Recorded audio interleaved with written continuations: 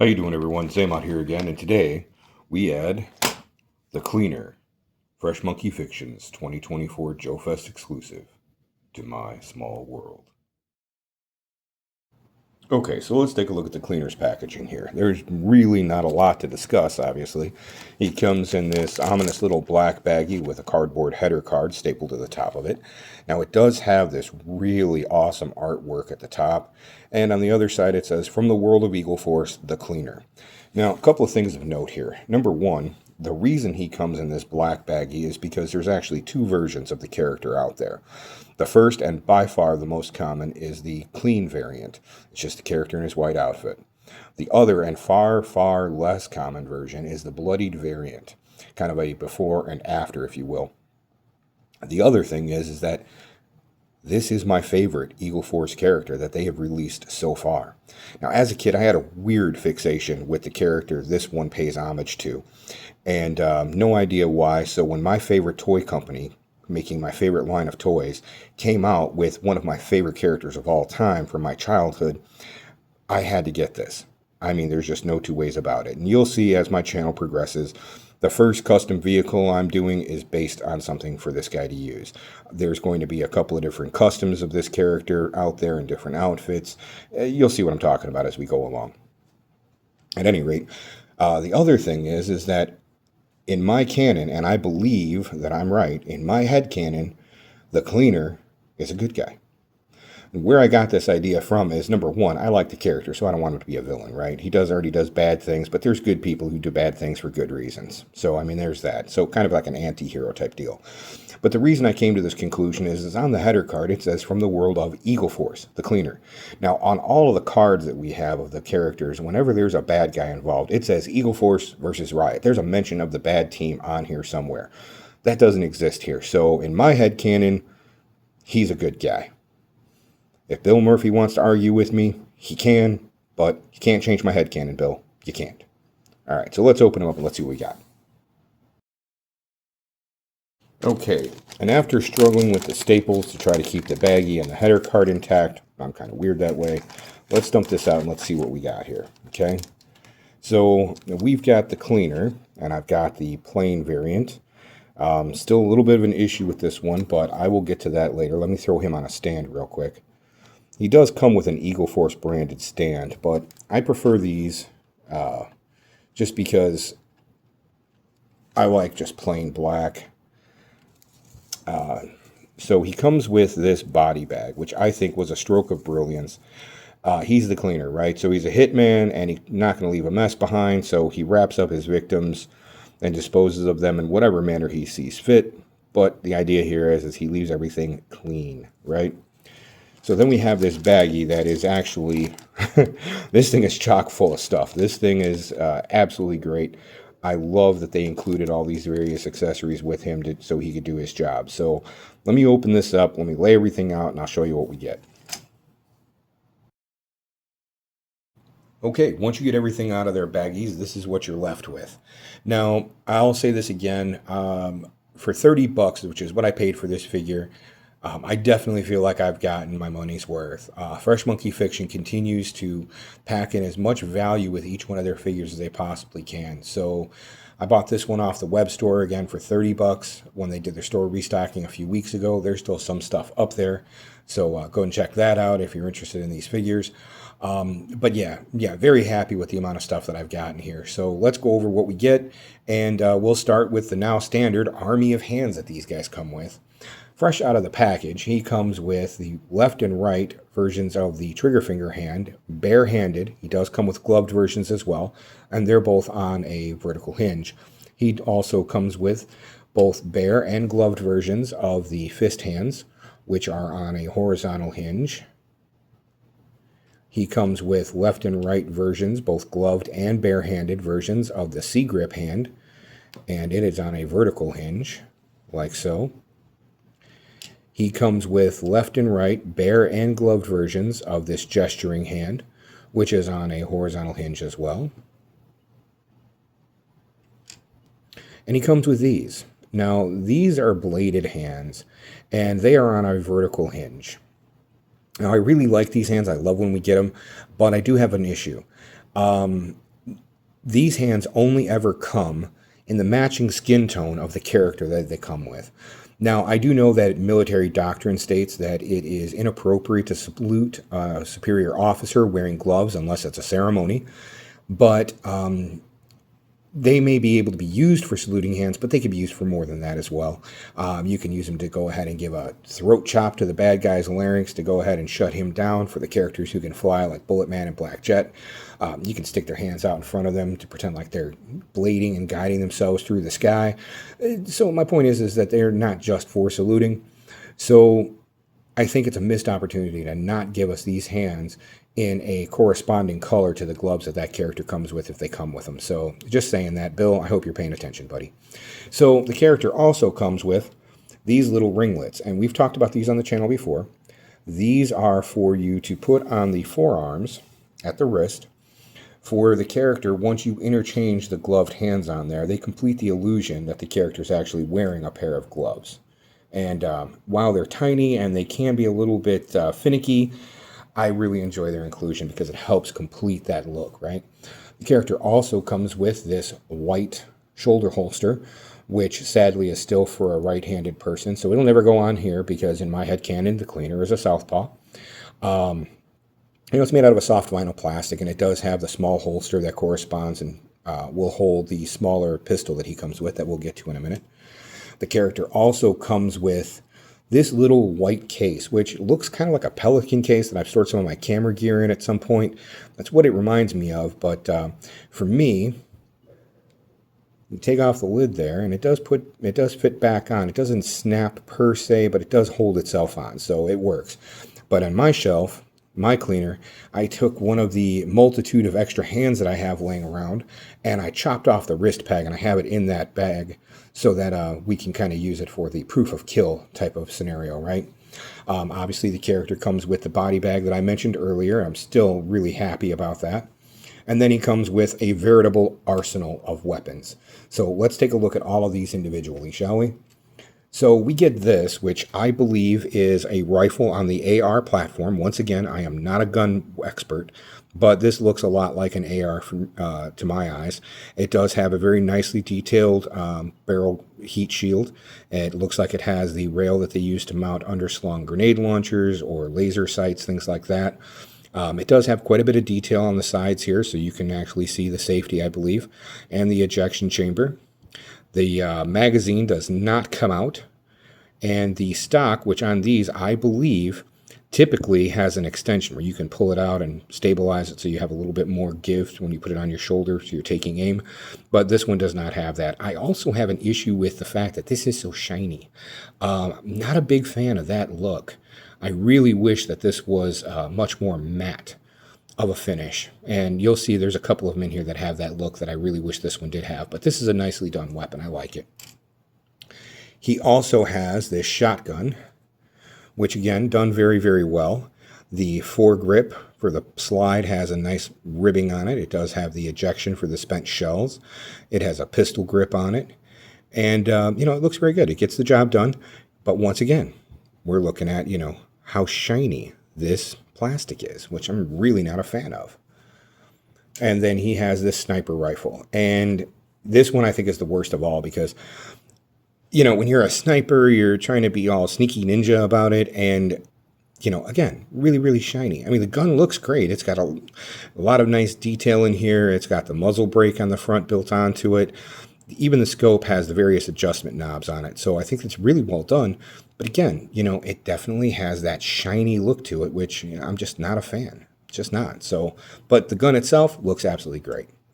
Now, this is a new pistol for me, and this one is an example of what these look like when they're not done up all shiny. This, I don't know what kind of handgun this is, but again, it could be a Glock based on the blocky frame. But again, I'm not going to pretend to know. But it does have an underslung lamp, I believe, flashlight. So, I mean, it's very well done. I like it a lot. And again, it's not shiny. So you can see the detail much better. Nothing gets lost in the shine or the glare. And, it looks really, really good. And it doesn't look out of place in the figure's hand. It doesn't look so plastically. And then the character also comes with this, and we've seen this before again.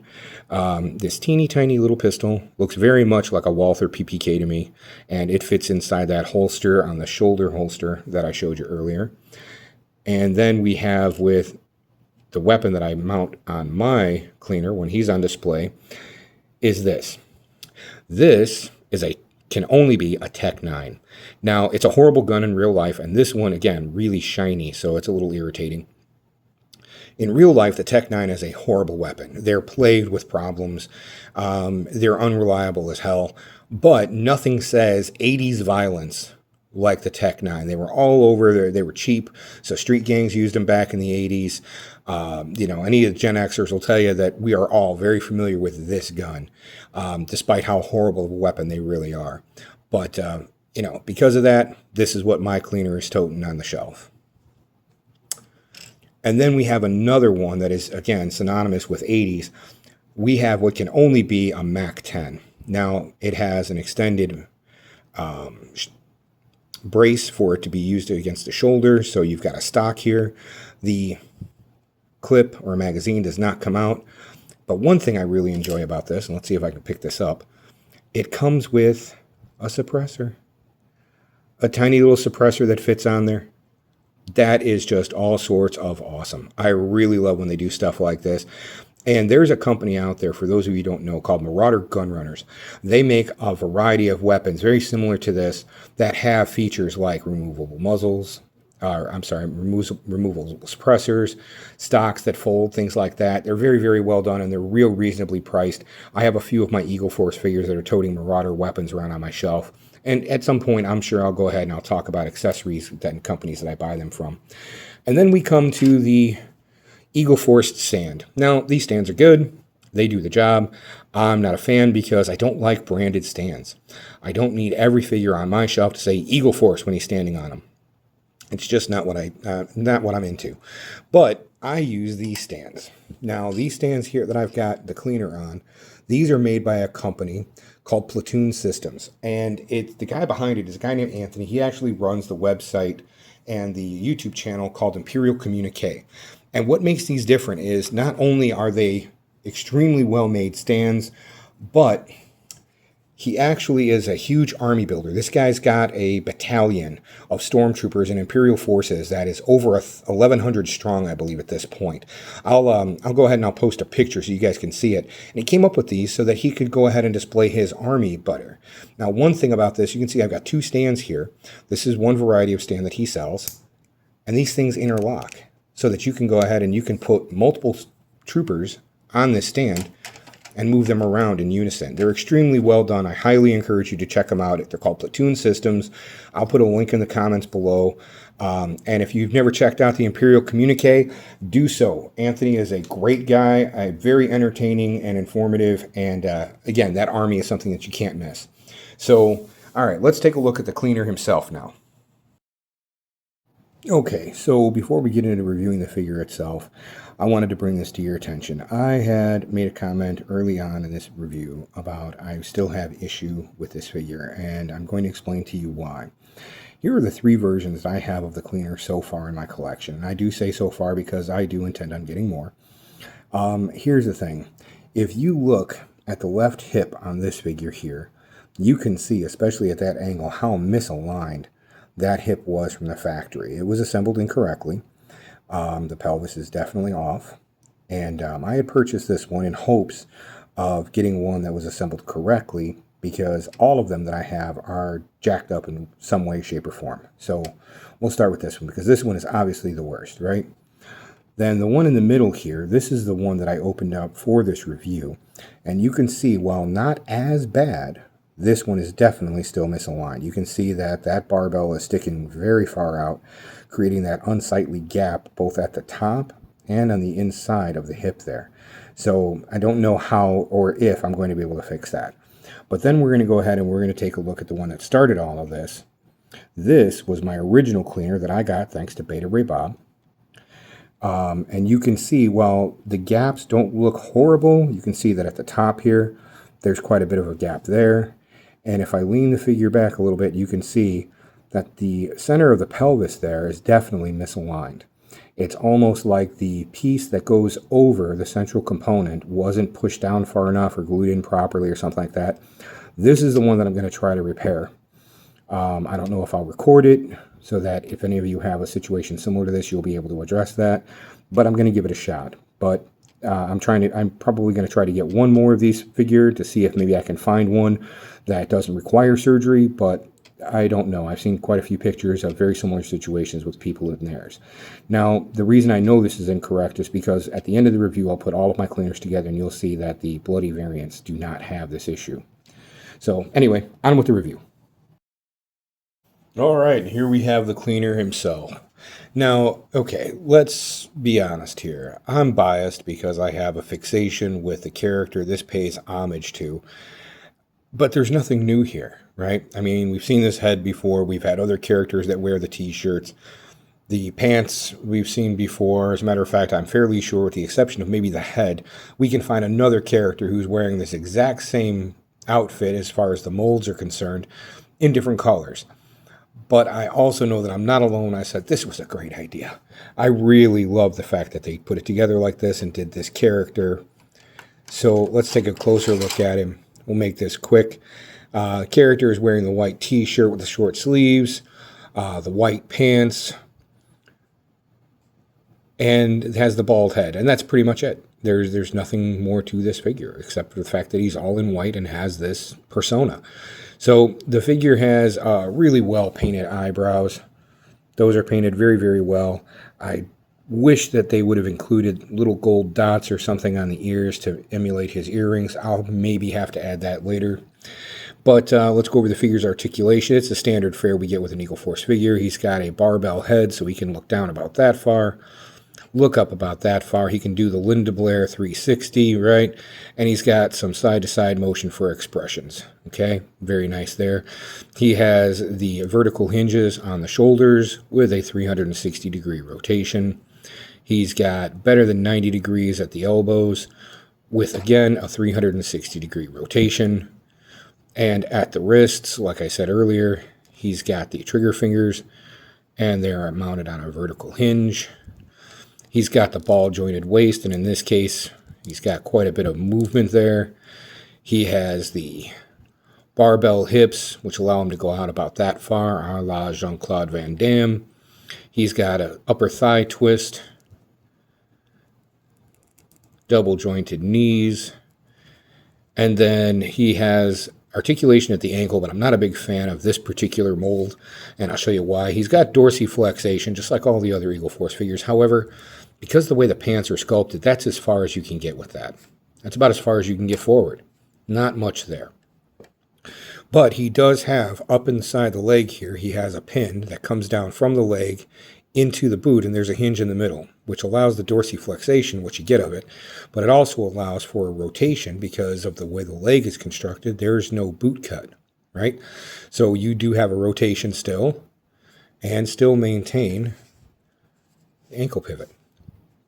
So all in all, even despite the hip issue that my figures seem to be plagued with, I love the figure, warts and all.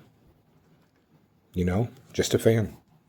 So there's that. But before I sign off, there's just one more thing to look at. Okay, so here we have the cleaner bloody variant. And isn't he glorious? I mean, he's just covered in splatter. It's all over the head and the side of his face, his clothes, his boots. His little pelican case is covered in it. He's even got a little bit on the shoulder holster there. But look at these hands. It looks like this guy forewent any use of a firearm and went hands-on for his last assignment, doesn't it?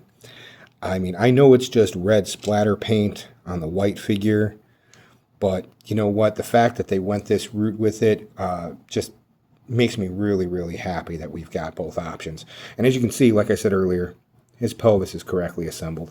I don't know how he escaped the problem, but I mean, obviously you can look and you can see there's a drastic difference there.